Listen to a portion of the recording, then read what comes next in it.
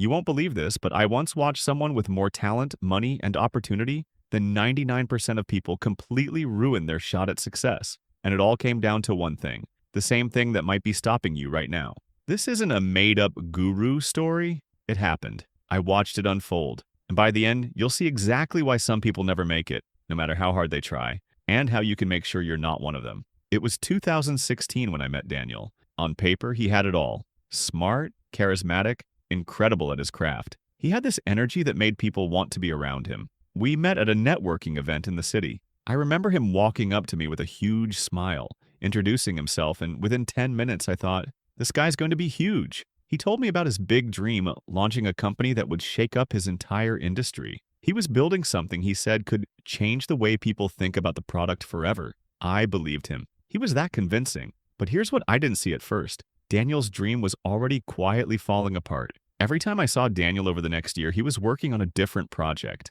One month it was an app, the next a podcast, then a clothing brand, then back to talking about the app again. He spoke with the same excitement about each new thing, but none of them ever seemed to fully launch. Or if they did, they fizzled within weeks because his attention had already shifted to the next shiny thing. And to be clear, this wasn't laziness. Daniel was a machine. He worked long hours, barely slept, and always seemed to be in motion. But as I later learned, motion isn't the same as progress. By late 2017, Daniel had burned through most of his savings. I remember grabbing lunch with him and noticing he seemed distracted. While we were talking, he was sketching out ideas for yet another business on a napkin. When I asked how the original company was going, the one he'd pitched me on when we first met, he laughed awkwardly and said, "I'll get back to it after I finish this new idea." That was the first time I thought, he's in trouble. One cold January morning, I ran into Daniel in a coffee shop. He was hunched over his laptop, a half-drunk espresso next to him, looking like he hadn't slept in days.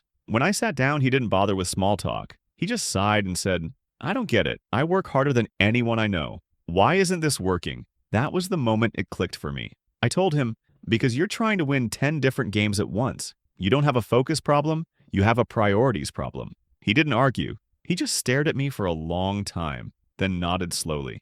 I told Daniel he needed to pick one project and kill everything else for a year, just one. He resisted at first, said he didn't want to miss opportunities or put all his eggs in one basket. But I asked him a simple question. Would you rather have 10 half-built houses or one house you can actually live in? That landed. After a few days, he called me and said he'd made his choice. The clothing brand. It was the only project that had real customers, real traction, and actual demand. From that moment, he went all in. He stopped chasing new ideas, said no to side hustles, and built systems to make the brand grow. Within 8 months, Daniel went from almost broke to making more in a single month than he had in the previous year combined. By the end of the year, his brand was stocked in local stores, his online sales were steady, and he'd hired his first 2 employees. The difference? Not more work, not better luck, just more focus. Here's the truth. Most people don't fail because they lack talent, money, or opportunity. They fail because they scatter their energy across too many things,